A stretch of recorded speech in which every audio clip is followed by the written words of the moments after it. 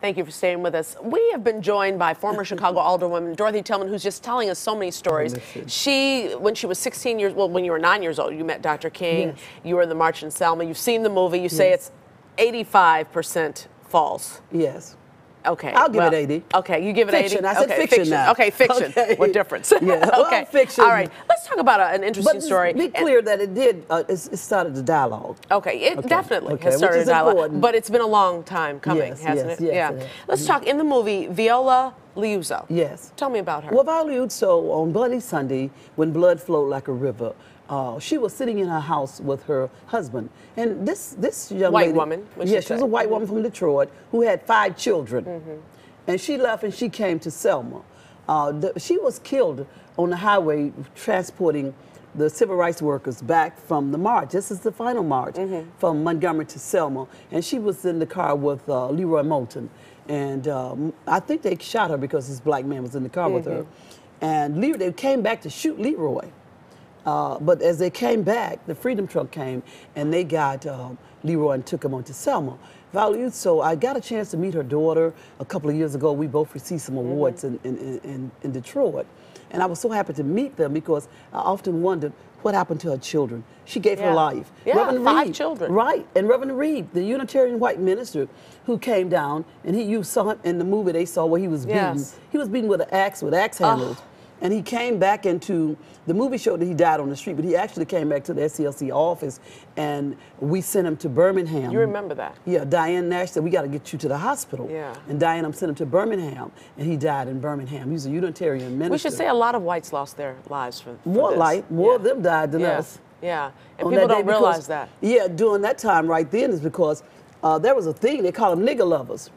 And they would I don't really, know if you should have said that word. That's all right. That's what they said. It's in the movie. Well, okay. And they would beat you. Yeah. And that's what you want. And this is what we're going to do to you. And if they put you in a jail cell, they really did dog them in the jail cell. So they was rough on us, but they was really rough on their so-called traitors. Yeah, talk about Governor Wallace, George Wallace. Wallace. Wallace was a strange person. Had a black nanny, black housekeeper, caught up in Alabama racism. In Alabama, the governor and the sheriff ran the town. And Wallace really ran it. And he was caught up in the racism of Alabama. I think after he got shot, he must have come to Jesus. I should have brought it. I got this certificate. This whole thing that he wrote for me in '87 to honor me as an Alabamian. Really? I might try to get it to you before Sunday so you can finish it. But he said that you made Alabama proud. This is in '85, maybe '84, '85. You made Alabama very proud. You've been on the case, and you have really, really stayed on it. And we all make mistakes sometimes, and I just want to ask for some forgiveness. Really? He's in a wheelchair, you know. And he gave me this whole proclamation of Alabama. Do you forgive him? Nonviolence, so you have to. Okay. You can't deal with hate. Right. That don't mean I'm going to allow you to do things to me. Right. But when you're a nonviolent scientist, you have to forgive and you move on and work. Because if you keep hate inside you, you can't work and you can't think. But he move forward. Right. He was part of that system that was in Alabama, that was down there.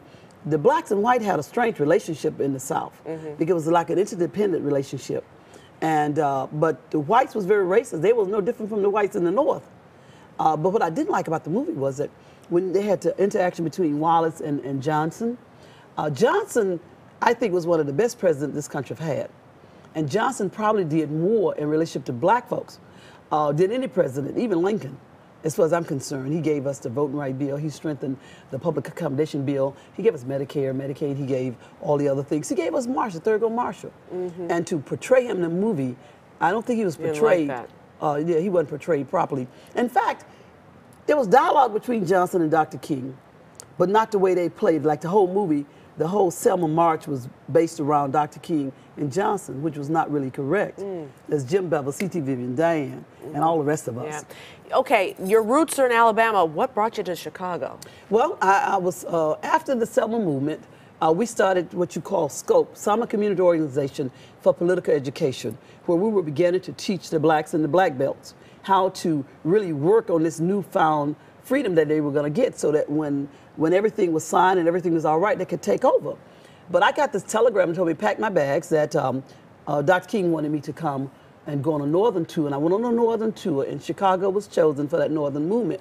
And he told Reverend Bevel to go tell my grandmother that he wanted to bring me to Chicago to work on open housing.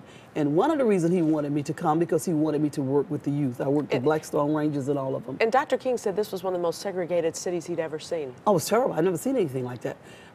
This was the only city that we came to, that we'd ever been in, that the preachers and the politicians, black, had a press conference and told us to leave. That never happened to us before. And the whites was up in the trees like monkeys throwing bricks down on us. It was really something. And you know, blacks could not go, and look, no, blacks could not go west of Racine. That was Marquette Park and Gage Park on the south side. Blacks could not go west of Racine, so Chicago was very segregated. It's segregated now, really, the remnants of it, but not as bad as it was before we came here and we fought for open housing. And because of the covenant, they had to open up the doors so blacks could move out. I have 2 seconds. Will racism ever end? It won't go away by itself. We're gonna Are we doing enough to get rid of it? I don't think so. We have to chop it off when it raises its ugly head up, and don't be afraid to confront it and deal with it. There are a lot of protests going on after Ferguson and what happened in Staten Island and things like that. What should the youth be doing? Should they be protesting like that? What should the youth, what's your advice? Well, I think that the young folks need to protest and fight, and they need to work with those of us who understand till we can have an end goal to what's going on. Because the sheriff that shot, the officer that shot Jimmy Lee Jackson, it took 45 years to get him, put him in jail. He only got 6 months. What's the difference between that, Ferguson, and New York? Right. And I want the youth to rise up. And what they've done to them is they have really suppressed the young people. Now remember, Hoover said, never no more, ever allow. He said Dr. King movement was made because of the young people. They would never allow the young people to move like that again. I said to young people, you can do it. You can stand up. We're here for you. We're your foundation. All right. They need to call you up. You need to go on your tour. Thank you very much. I appreciate it. It was so great talking to you.